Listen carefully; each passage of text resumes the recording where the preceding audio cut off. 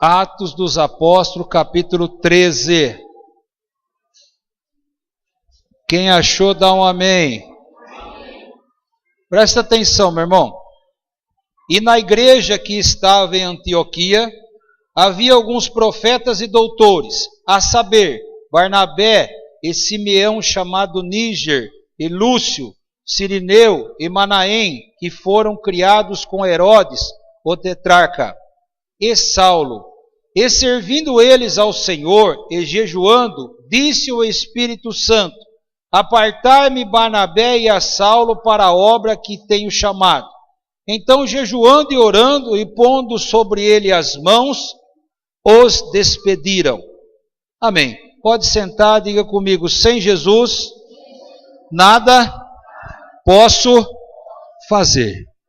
Meu irmão, você vê como o evangelho está fácil hoje, depois de 2000 anos, né? Dessa passagem aí, o evangelho está tranquilo hoje. Você vem para a igreja de carro, você entra na igreja, tem ventilador, né? Tem igreja que tem até ar-condicionado, em breve nós teremos nosso ar-condicionado. A temperatura estável. Você não tem perseguição, você para o carro aí, tranquilidade. Mas nós estamos falando agora de uma época em que a igreja praticamente não existia materialmente, ou seja, com um templo, com um lugar para se reunir. A igreja existia espiritualmente, havia perseguição do imperador de Roma, havia perseguição da sociedade que era contra Jesus, que era chamado de charlatão. Quem fosse para o lado de Jesus, ou se proclamasse cristão, seguidor de Jesus, porque foi nessa cidade de Antioquia aí, que é a primeira vez os discípulos foram chamados de cristãos, ou seja, seguidor de Cristo. Você era completamente excluído da sociedade. Você perdia o seu emprego, as pessoas não falavam mais com você, você era um bicho estranho na sociedade. Então você imagina para uma igreja chegar até hoje, depois de 2000 anos, a luta que ela não sofreu. Hoje, meu irmão, nós temos na Constituição de 1988, que é essa que nós vivemos, nós temos as imunidades tributárias, a igreja não paga imposto predial, esse prédio aqui não paga imposto, todas as religiões não pagam. Temos algumas garantias constitucionais que permitem a religião. O artigo 5 fala que todo mundo tem direito à religião, tem direito a cultuar o seu Deus. Mas naquele tempo não era assim. Mas pastor, então como é que fazia para a igreja ir para frente? Porque nós tendo toda essa regalia já é difícil, não é? Não é, Maurício? A gente tendo carro para chegar à condição, não é difícil vir. Tem dia que parece que o capeta e o inferno inteiro está em volta de nós para não chegar na igreja. E naquele tempo que os caras não tinham nem o que comer. Outra, a lei mandava que era espancado as pessoas. Como é que aquelas pessoas continuaram firmes e as decisões que foram tomando eram decisões frutíferas, verdadeiras? Essa passagem nos revela, que fala lá que os apóstolos estavam reunindo, orando e jejuando, e o Espírito Santo falou. Às vezes, meu irmão, a gente precisa tomar um tombo na nossa vida, às vezes a gente precisa perder tudo, ou tomar um tranco bem forte, para entender, meu irmão, que sem a igreja Deus não opera. Deus tem um caminho instituído pela morte de Jesus, que é a igreja de Jesus Cristo, sem a igreja não opera. E a igreja, meu irmão, não é um lugar de show, a igreja é um lugar, meu irmão, de oração, de jejum, de comunhão com Deus, senão o Espírito Santo não fala. E a gente vem para a igreja, Deus nos cerca de bênção, e a gente vai deixando de ter essa atuação, ou seja, orar e jejuar. E aí, meu irmão, o Espírito Santo não fala mais e a gente começa a escutar a voz do mundo. Não, isso não tem problema. Não esquenta não, isso é bobagem. Aquelas pessoas não tinham para onde correr. Aonde elas corriam? No jejum e na oração. Meu irmão, embora você tenha um carro, uma casa, um bom emprego, você, se o diabo te atacar, você não tem para onde correr. Você pode ir lá na macumba, você pode tomar um passo no espiritismo, você pode ir para o budismo, ninguém dessas religiões pode ir com Satanás. Ninguém. Só Jesus. Terceira carta de João fala que para isto se manifestou o Filho de Deus, para destruir as obras de Satanás. Só Jesus destrói as obras de Satanás. A igreja hoje ficou light. As igrejas do Evangelho que estão por aí, que se diz do Evangelho, é light, é fácil. Eu posso fazer o que eu quero. Eu posso fazer o que eu quero. Eu não preciso orar, não preciso mais me dedicar a Deus, não preciso nada. Tranquilo, eu posso tocar minha vida. Mas a Bíblia fala que há caminhos que para o homem parecem caminhos de bênção, mas no final são caminhos de morte. Aquela igreja pequenininha, com 10, 15 pessoas, tinha que vencer o Império Romano para poder chegar aqui hoje. Eles eram perseguidos, viu? Os cultos, as reuniões eram feitas em catacumbas, em lugares escondidos. Eles não tinham o apoio de ninguém, a única coisa que eles podiam fazer é dobrar o joelho e clamar a Deus. Meu irmão, você pode colar o adesivo no carro, você pode levar a fitinha benzida, você pode pegar lá a imagem de qualquer lugar e levar para a tua casa. Não adianta. Enquanto você não voltar à igreja primitiva, as pessoas falam igreja primitiva e quer dizer a primeira igreja, a igreja antiga, mas não é a igreja antiga, é a igreja verdadeira, a igreja que continua funcionando. Porque todas as outras coisas que foram incrementadas na igreja é pela mão do homem. Deus não tem compromisso com isso. Na hora da dor a gente lembra de Deus, sim ou não, meu irmão? Mas Deus não quer que você lembre de Deus só na hora da dor. Deus quer que nós tenhamos um compromisso com Ele. Amanhã você veio buscar uma bênção, você vai ter a tua bênção. Então você vai orar agradecendo, não vai orar pedindo. Ô Senhor, obrigado pela minha bênção. Sim ou não, meu irmão? Quanto jejum você fez essa semana? Ah, pastor, é difícil. Claro que é difícil. Vai destronar potestades, vai mexer com o diabo, você acha que é que seja fácil? É difícil mesmo. É difícil mesmo. Aí, meu irmão, a gente não jejua, a gente não ora, a gente não tem comunhão com Deus. Qualquer tonto que encosta do teu lado, fala assim para você, Elizabeth, isso aí não vai dar certo. Eu já falei, não vai dar mesmo.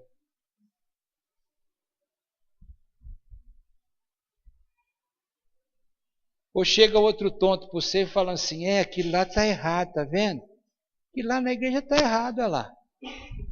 E você que não tem uma comunhão com Deus, você fala, é verdade, está errado, passa a julgar. E aí, meu irmão, a palavra fala para você não julgar, para não ser julgado. Porque com a mesma força que você julgar, você vai ser? Eu tenho que me voltar para as duas armas que Deus deixou para você. O jejum e a oração. Jesus não chegou para os seus discípulos e falou assim, pessoal, vamos juntar um dinheiro aí, vamos comprar espada para nós lutar. Não. Ele chamou os 72 discípulos um dia e falou assim, vocês vão de 2 em 2. Vão expulsar demônio, vão curar enfermo e não vão levar nada. Nem 2 túnicas, nem 2 calças, nem 2 sapatos, nem dinheiro. Por que, meu irmão, não vão levar nada? Porque a única coisa que vocês têm é o jejum e a oração. A única coisa que funciona contra o mal e a favor do bem, meu irmão, é tua comunhão com Deus. Não adianta. Você pode ir na igreja A, na igreja B, na igreja C, no pastor gordo, no pastor magro, no alto, no baixo, naquele que pede dinheiro, naquele que não pede dinheiro. Ninguém vai resolver tua vida. Ninguém. O pastor pode orar para você dia e noite. Gente ora de madrugada para você. Sexta-feira nós estávamos no sítio orando para você. Mas se você não desenvolver aquele principal início de quando a igreja começou, você está fadado ao fracasso. Acabou a tua vida. Você vai ser um carro andando na lama. Você vai um pouquinho e patina um pouco. Você vai um pouquinho e patina um pouco. E um carro patinando, ele só gasta combustível, só gasta força e não sai do lugar. Não é assim? Qual que é, meu irmão, o grande projeto hoje das fábricas de automóvel?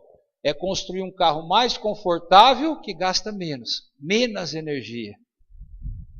Não é assim? Antigamente tinha o carburador, agora tem injeção eletrônica, gasta menos. Nosso objetivo é esse, é conquistar as coisas melhores com menos energia, porque o Salmo 127 fala que não é por muito trabalhar. Se o Senhor não abençoar a tua vida, em vão trabalha os que... Não é por você acordar cedo e dormir tarde, porque o Senhor dá o pão para aqueles que dormem também. Como é que está, meu irmão, a tua oração com Deus, a tua comunhão? Como é que está? Você jejuou essa semana? É, pastor, é difícil. É mesmo. Só que aqueles 15 homens, 12, 13, 15, pegaram a igreja perseguida e trouxeram até aqui. Tinha tudo para dar errado.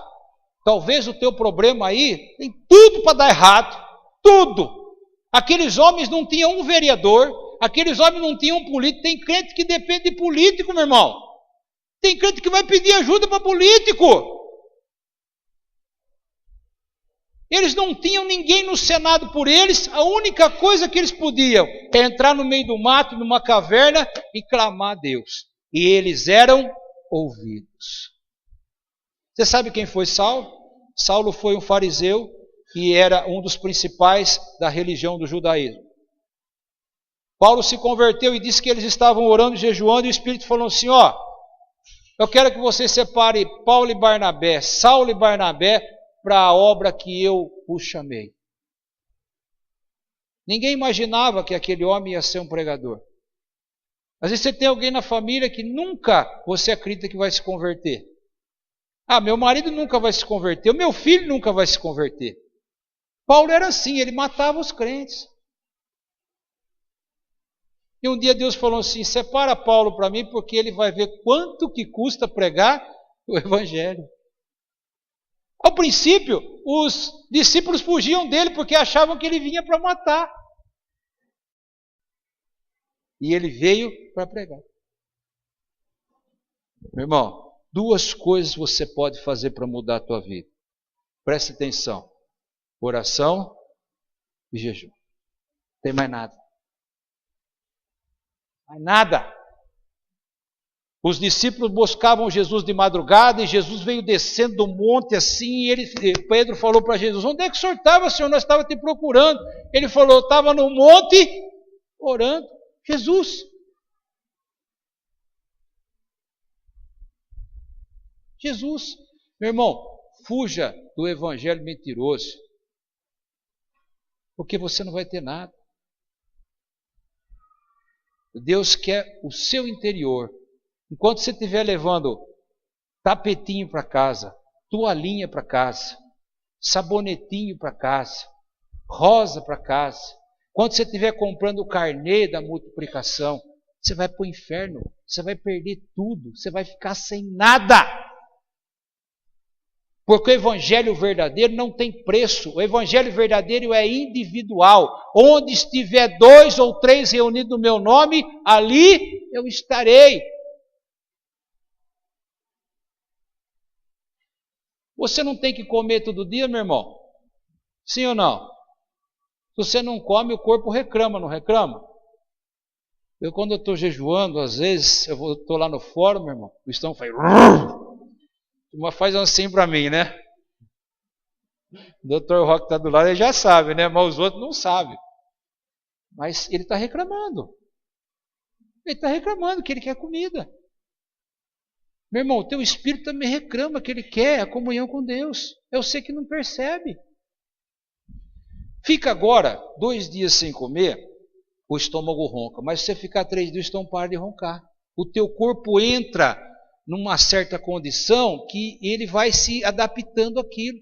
E assim teu espírito, você vai ficando uma semana, um mês sem ter comunhão com Deus, sem orar. Quando você for orar, você não consegue orar. Você fica um mês sem ir na igreja, o dia de vir, você fala, hoje não sei, não passou ninguém para me pegar, eu não sei. O espírito entra naquela simbiose da frieza, você não vê. Então aqueles homens escutavam a voz do Espírito Santo, primeiro porque eles tinham disciplina. E outra, porque eles não tinham para onde correr, só tinha Deus. Não espere, meu irmão, você perder tudo para não ter onde correr. É um conselho que eu te dou agora de um amigo, nem de um pastor não é. Nem de um pastor. Corra enquanto você tem a sua casa, o seu carro, a sua família, corra para a sua comunhão com Deus. Não precisa me agradecer da tua bênção, porque quem abençoa é Deus por merecimento seu. Aquelas pessoas estavam reunidas em prol da igreja e o Senhor Deus deu uma direção em prol da igreja. Separa Paulo e Barnabé porque eu tenho uma missão para a igreja crescer lá na Ásia. Não precisa agradecer os apóstolos. Não. A bênção você vai ter, meu irmão, a hora que você buscar. Provérbios capítulo 8, o verso 16, fala assim, ó. Eu amo aqueles que me amam. Bênção e honra estão na minha mão direita. Justiça e riqueza estão na minha mão esquerda. Quem é que precisa de justiça, meu irmão? Você precisa de justiça? Claro que sim. Porque a justiça do homem ela é falha. Não é? Quantas decisões judiciais são erradas? Quantas vezes você é pego numa condição que você estava certo e não errado? Então você precisa da justiça de Deus. Mas o Senhor tem justiça para quem ama a Deus.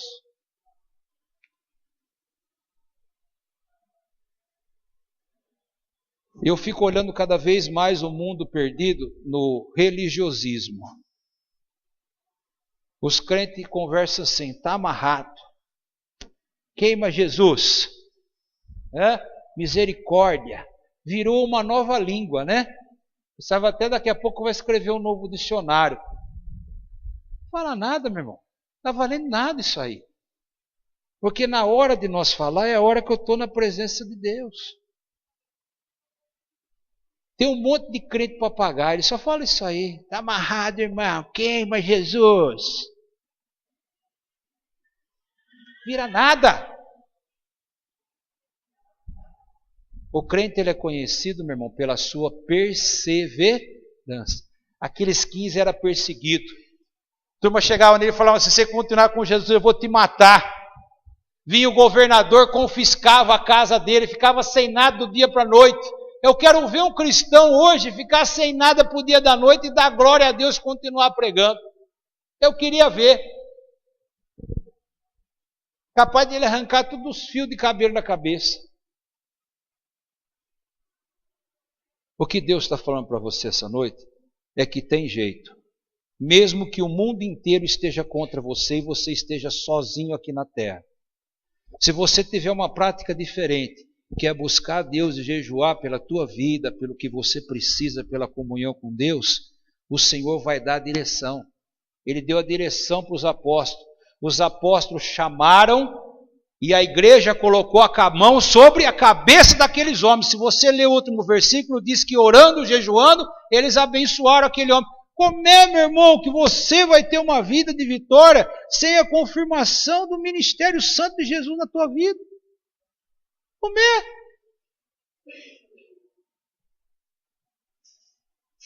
É para separar o Espírito Santo? Chama aí então, vamos jejuar e orar para colocar a mão sobre a cabeça deles e confirmar. Essa igreja moderninha que você vê na televisão aí, meu irmão, isso é para inglês ver. É chamado o Santo do Pau Oco. Você conhece a história do Santo do Pau Oco? Tempo dos bandeirantes, eles vinham para o Brasil só para catar o pau-brasil e depois descobriram as Minas Gerais, que tinham ouro e minério. Então eles precisavam contrabandear o ouro e o minério para levar embora. Então eles pegavam as imagens, faziam um buraco dentro e colocavam o ouro e o diamante dentro. Por muitos anos eles conseguiram levar o ouro embora. E aí quando descobriram, não falaram assim, isso aí é Santo do Pau Oco, né? Porque estava trazendo ou levando um contrabando. Isso aí, meu irmão, é Santo do Pau Oco. Esse negócio aí que nego vai fazer a vitória para você, vai subir no monte para você, vai levar o seu... É conversa do demônio, meu irmão. Aquele que dirige a igreja tem que orar e colocar a mão sobre a tua cabeça. Você tem que estar perto, você tem que estar no meio, você tem que escutar o que Deus fala dentro da casa de Deus. Não tem conversa, meu irmão. A Bíblia não muda. Qual que é a luta do diabo? Para que você não venha na igreja, sim ou não? Sempre tem alguma coisa no meio do caminho. No dia de vir tem briga, tem canseira. Para assistir o Corinthians não tem canseira. Ou São Paulo, ou Flamengo, sei lá o quê. Não é assim, meu irmão? Vai jogar bola não tem canseira. Não é? Meu irmão, não sou eu que estou falando com você, Deus está falando com você. Não tem canseira na hora de vir para a igreja, parece que o mundo cai na nossa cabeça. Dói a cabeça, dói o pé, dói as costas, dói a unha. Ah, esqueci de abastecer, não sei o que lá. Por quê, meu irmão? Porque o diabo sabe que as coisas são determinadas aqui. Não adianta. Aí eu vou formar uma outra igreja e agora uma nova visão. Visão do diabo. O evangelho é um só. O evangelho é pegar a cruz e comunhão com Deus. Não tem outro caminho, meu irmão. Não tem. Quantos minutos você orou hoje? Quem orou 10 minutos hoje, ergue a mão. Seja sincero. 1, 2, 3, 4, 5, 6. Você orou 10 minutos, Rita? Fala a verdade. Amém. Não, eu acredito. Ó, olha lá, orou 5. 10 minutos. Quantas horas nós tivemos no dia? 24. Quem é que dormiu 6 horas hoje? Quem dormiu 6 horas hoje? Todo mundo dormiu 6 horas hoje. Você dormiu mais, Cícera? Olha lá. Você está vendo como nós estamos longe do ponto principal onde Deus quer você? Né? Nós estamos longe. O que eu preciso fazer, pastor? Disciplina. Eu preciso disciplinar minha vida espiritual. Minha vida espiritual não tem disciplina e as coisas acontecem na vida espiritual. Eu tenho que ter hora para orar, eu tenho que ter dia para jejuar. Eu tenho que ter o meu compromisso com Deus. Por quê, meu irmão? Porque a hora que vem o veneno na tua vida, você olha para cima, não é? Oh, Deus, me ajuda. Deus está falando, e aí, agora você vem, né?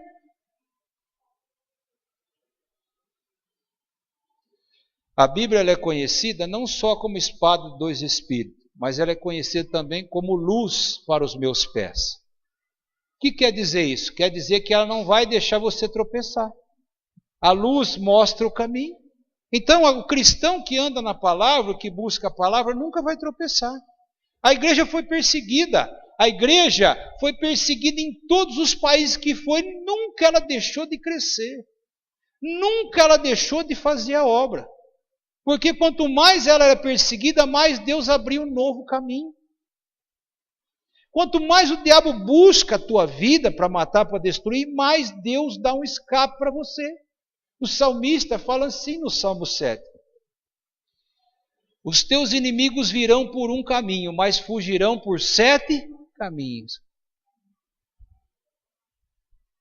Como eu queria também que fosse fácil assim, meu irmão. Você chegasse aqui, você pegava um carnê, e aí apagava o carnê, tua bênção chegava. Para mim era fácil também. Eu não precisava ir de madrugada, eu não precisava reunir os homens de sexta-feira para orar, eu não precisava jejuar amanhã. Né? Eu também já pegava uns 3 carnê para mim, que era para garantir, não é? Mas não é assim, meu irmão. As coisas espirituais, elas não são assim. Precisa de compromisso. E não mudou. Vem Jesus, jejua e ora. Vem os discípulos, jejua e ora. A igreja vem em outro século, jejua e ora. Não tem. Você já viu as fases da igreja? Eu sou desde pequenininho da igreja, o irmão Calegari está aí, ele pode falar. Tinha uma época que veio um missionário, ele orava, nascia dente de ouro. Falava que nascia. E aí, você não vai na campanha do dente de ouro? Ele falou, mas para que eu quero um dente de ouro na minha boca, meu irmão? Perigoso eu tomar um soco na cara para roubar meu dente ainda. Olha como o povo é. Depois veio uma onda que arrancava o paletó assim, jogava e derrubava a pessoa. Aí você não vai na campanha do paletó? Eu falei, mas para que eu quero cair? Eu quero levantar, Deus precisa me levantar, não cair. Foi passando as ondas. Só sobrou o quê? O jejum e oração. Esse é o caminho, meu irmão. Não tem outro. Não tem outra, a gente tem que pagar o preço, A gente tem que pagar o preço. Ou você busca Deus, ou você não vai achar Deus. E Deus se manifesta, meu irmão, toda hora. Se você quiser, você enxerga. Viu? Nossa irmã Kézia, com o marido dela aí, ó. Um telefonema da placa da frente do hospital. Eu falei isso no outro culto. A filha estava enferma. Ele ligou, foi lá. Olha eles aí. Pastor, o que o senhor fez? Não fiz nada. Eu fui lá fazer uma oração. E Deus tinha propósito na vida dele, porque não mexeu só na vida da filha, mexeu na vida inteira. Na vida inteira. E você?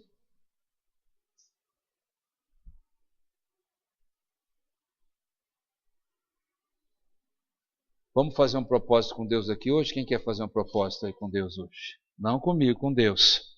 Vamos jejuar amanhã cedo? Quem topa essa? Ó, não precisa se matar. Vamos até 1h da tarde. Tá bom, não tá, Manilson? O Manilson já assustou aqui e falou, nossa, pastor. Tá bom até 1h, não tá? A gente tira o café da manhã, né? Ó, pode escovar o dente que não quebra o jejum, tá? Escova o dente e lava o rosto.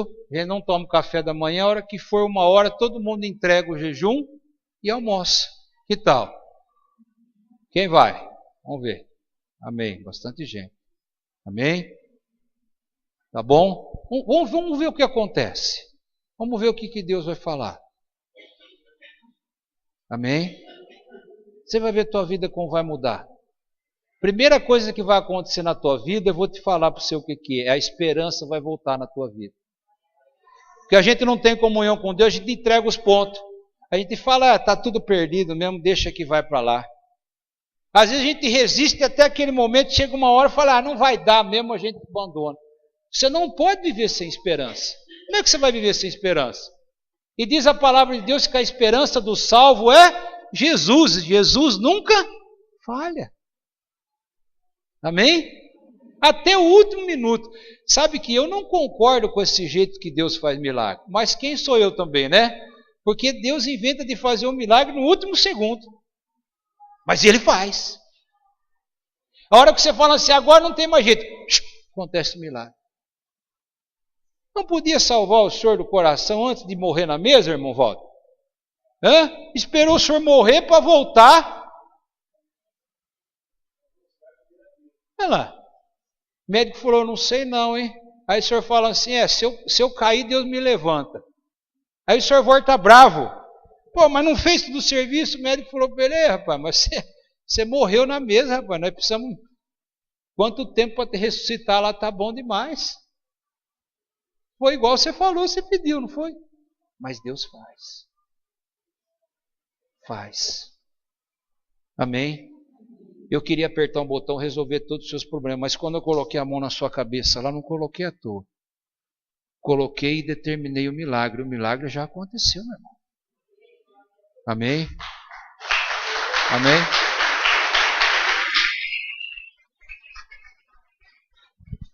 Não sobrou mais nada para os discípulos. Só a igreja de Jesus Cristo. E pela igreja de Jesus Cristo, eles chegaram tão longe. Não sobrou nada. Eles só tinham jejum e oração. E pelo jejum e oração, o Espírito falava e cada direção que eles recebiam era direção de sucesso. Quantos conselhos humanos você já não recebeu e não rebentou a cara? Quantos? Não é porque a pessoa não é crente, até de crente, meu irmão. Às vezes ele não está falando pelo Espírito. Porque Deus fala no seu coração. Ele não precisa falar para o outro e mandar recado, precisa? Ele está falando com você hoje. Quantas vezes? Eu fui orar um dia em Ribeirão Bonito, e aquele monte, quando subia, meu irmão, demorava uns 40 minutos para subir, que era um monte mais difícil mesmo. E eu acho que ia fazer 3 anos que eu estava lá. E a igreja tinha reagido, foi uma luta, mas a igreja tinha reagido. Aí Deus falou assim, você vai embora para São Carlos. Eu falei, mas agora que ficou bom, Deus? Ele falou, você não tem nada com isso, estou te mandando você embora. Bom, já comecei a imaginar as igrejas que Deus ia me mandar, né? Eu vim para São Carlos. Eu vou pegar aquela outra. Onde eu caí? Aqui. Está bonitão aí, né? Mas no começo, quem estava resistindo aqui, a Lourdes, a Isabel, me pergunta para eles, o que tinha aqui, né? A tia, tinha nada. Aí, o pessoal falava assim para mim, os pastor, colega meu, falava assim, ei, pastor Marcos, você vai deixar Ribeirão bonito? Do jeito que está lá para vir para Vila Marcelino, o senhor é louco. Olha, se eu sou louco, eu não sei, eu estou obedecendo. E olha, você está aí hoje.